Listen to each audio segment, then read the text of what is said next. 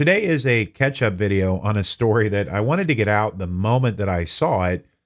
Just haven't had time to do that yet, but this does concern you, your privacy, how your data is being used, when you're using AI. Let's talk about it. Welcome to the API for Everyone Daily Brief. When I say it's a wild, wild west world out there in AI, I mean it, and you really need to improve self-awareness to make sure that you're not putting yourself in a position that you don't want to be in. So over here with ChatGPT, this is what happened. People found out that some of their conversations were being indexed over on Google. And if you were searching for something, those conversations would pop up in the search engine. Now, you might think maybe that's not a big deal, but here's a few reasons why it is. Well, number one, there's a great feature on ChatGPT where you can share one of your threads, your conversations with other people. So if you're doing some research, you can create a unique URL based on that conversation, and then you can share it with somebody else to collaborate on it. That's a great feature. But there was a new button that got put on that said, make this chat discoverable. And apparently, I don't know if it was automatically clicked, if people clicked on it, but look, we all click our terms of service without reading them. We click boxes without really realizing it. We're in a hurry. We're all about convenience. But I'm telling you, we need to start reading everything that we're clicking from here on out. And I'll give you a tip for that in just a second. But when they clicked this box, it literally made that particular conversation, that chat, discoverable. So the Google bots could go out there and crawl that conversation and make it publicly accessible. You might think that that's not that big of a deal. But the statistics, the studies show us how people are using AI.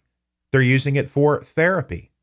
So that means you're telling this chatbot some very intimate and personal issues about yourself. People are using it as a mentor to make decisions about their life, about their business. So you might have some information in there that you don't want the rest of the world to know about.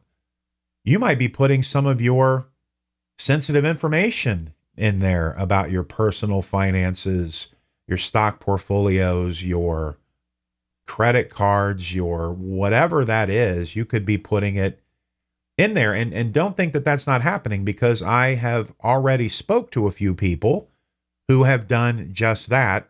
And when I shared this issue, they went in a full-blown panic about it because they were just trying to organize their lives, and they started putting some personal financial information into the system to create spreadsheets.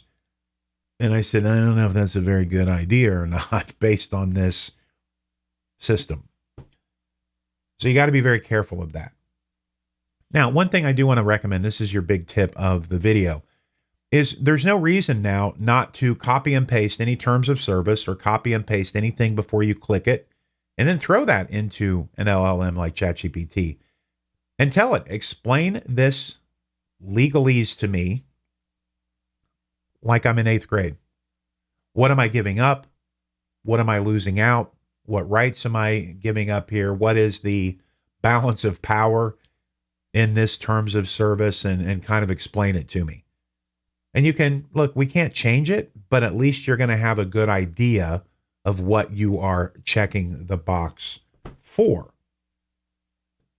So this becomes a serious problem here because it creates this unintentional exposure that people don't realize that's happening. And you could say it's their fault. They're clicking a box and not realizing what it is.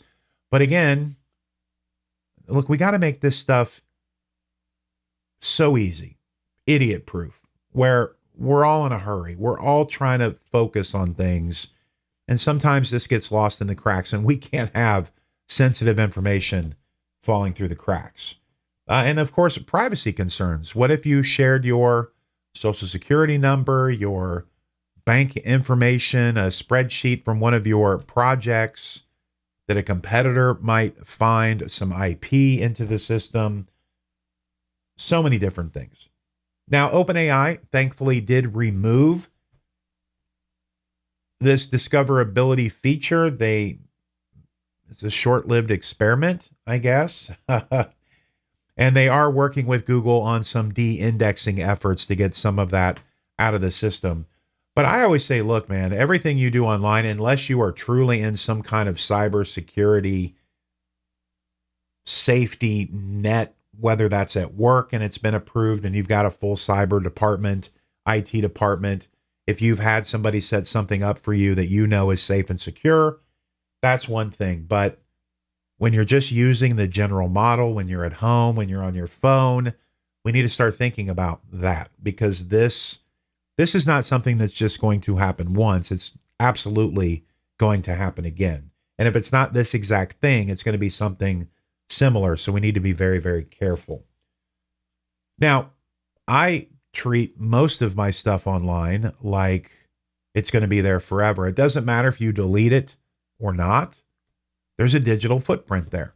That never really goes away. So you need to be aware of that. And we need to start teaching our younger people that at a very young age, because what you put, it's not like the old days when I grew up, when there was just film cameras and that was about it to document things.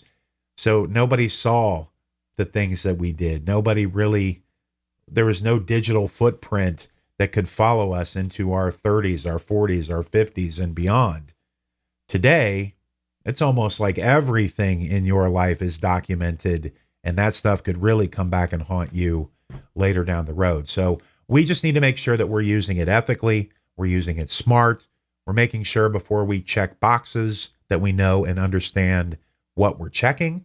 And then we need to make sure that we are setting a precedent as leaders for the people around us, that we're coaching them, mentoring them, and making sure they understand that this is what they need to do to protect themselves, to protect your family, and to protect your company.